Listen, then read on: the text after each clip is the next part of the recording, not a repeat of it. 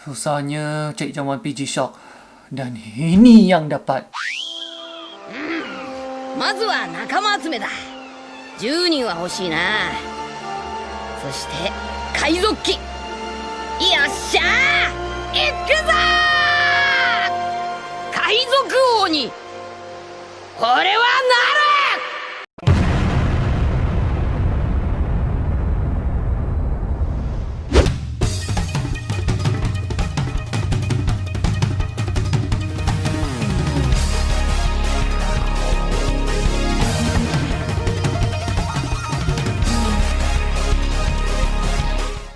Bertemu lagi. Kali ini kita nak bercerita mengenai jam G-Shock Jepun dan kat mana hendak beli jam G-Shock. Sekarang ini jam One Piece Edition G-Shock merupakan jam yang popular di kalangan orang Malaysia. Sekali letak gambar di FB, ramai orang tanya, berapa Kejap. Saya pergi tengok. Saya kira kejap.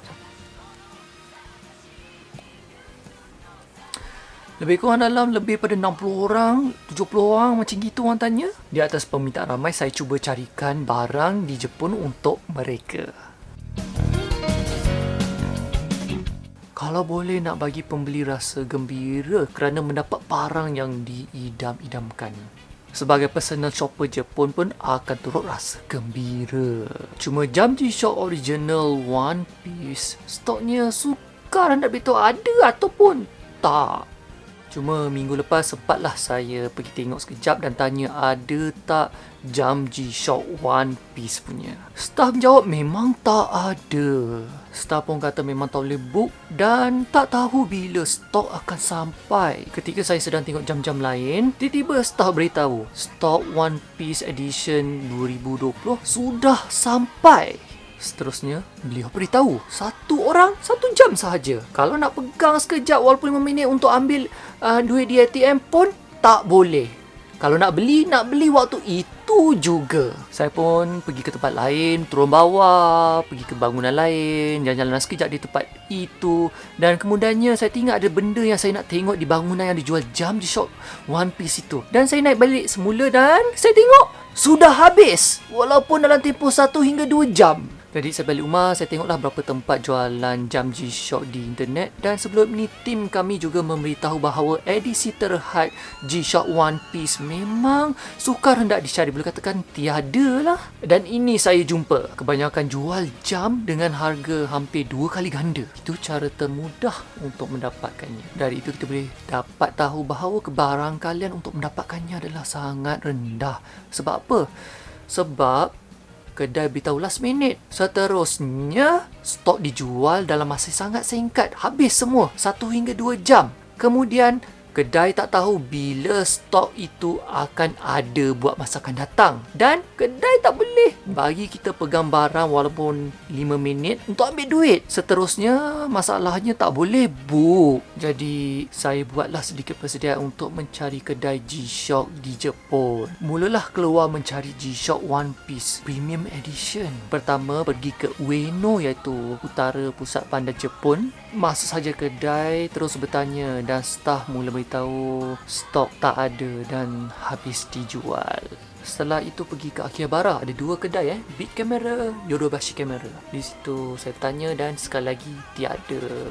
Sekarang ini pergi ke Marunouchi Kite iaitu berdekatan dengan Tokyo Station. Staf pun beritahu stok tak ada, tempahan sudah habis, sudah tiada lagi untuk buat booking. Ketika itu badan sudah rasa sangat penat dengan cuaca yang panas lagi dan tiba-tiba hujan. Pada waktu itu berpeluh juga. Sambung lagi pergi ke Big Camera dan juga kedai G-Shock di Ginza dan juga di Yurakucho. Sekali lagi mereka kata tiada. Di Jepun boleh katakan banyak berjalan. Kalau pelancong pergi jalan 1 hari, silap-silap boleh jalan 10 kilometer. Saya cuba lagi untuk pergi kedai Big Camera, kali ini di Akasuka Mitsuke. Lalu saya bertanya kepada staf yang di sana. Saya tanya, bagaimana hendak mengorder atau menempah jam G-Shock One Piece? Staf itu tidak menjawab seperti mana staf di Yurakucho Big Camera. Beliau pergi mencari-cari info di kaunter dan seterusnya kembali semula kepada saya. Beliau pun menjawab, setakat ini pembelian jam G-Shock One Piece hanya boleh dibuat melalui internet sahaja. Dan itu pun sudah habis kesemuanya. Tak tahu bila stok akan ada lagi.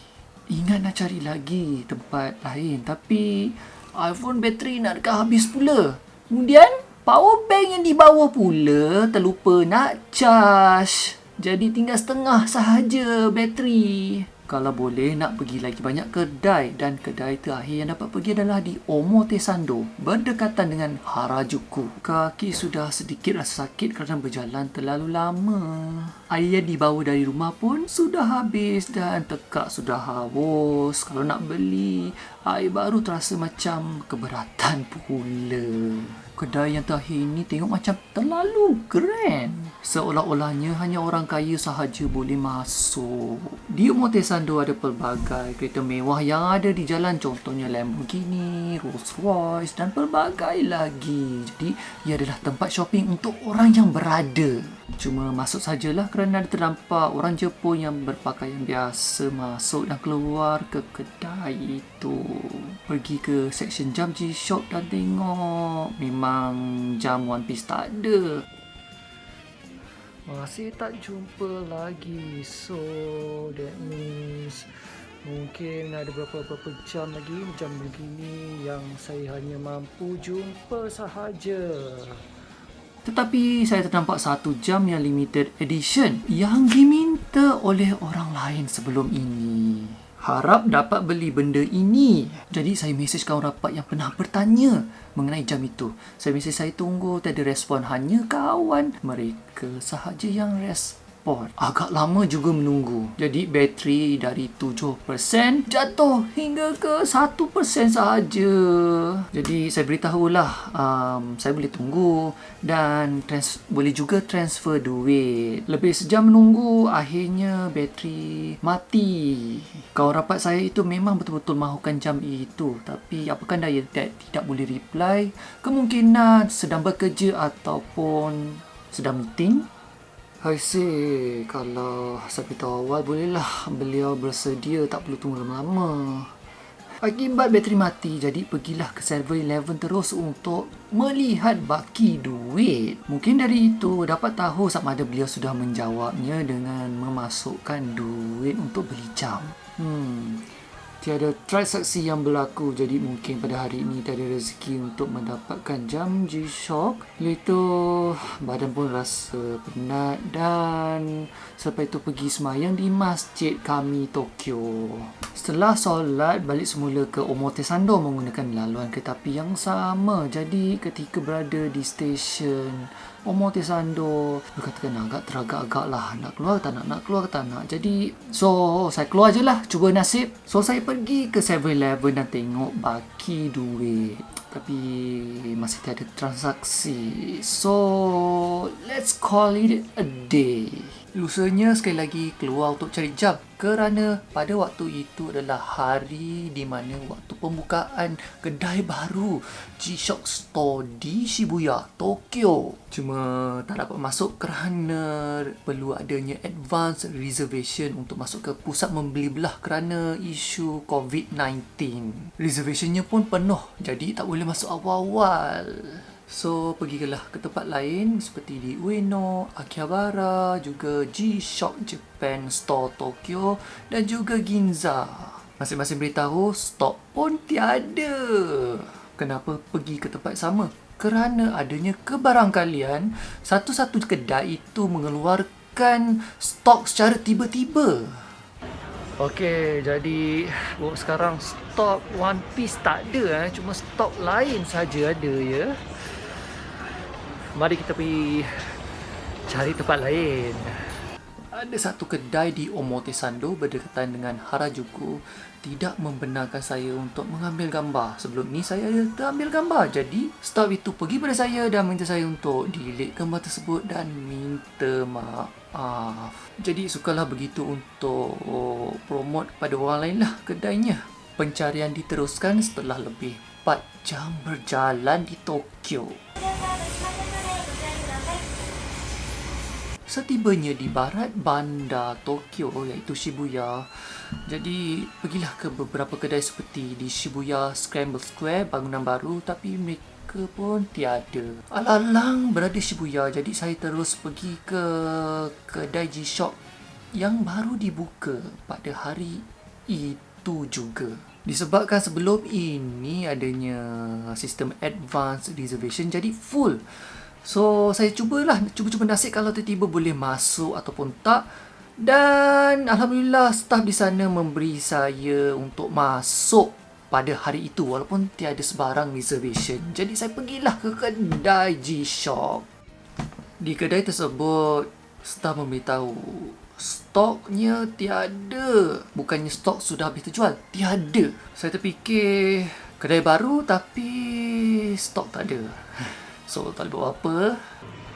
Okey, sekarang kat Shibuya G-Shock terbaru, kedai terbaru, dan jam pun masih tak ada lagi.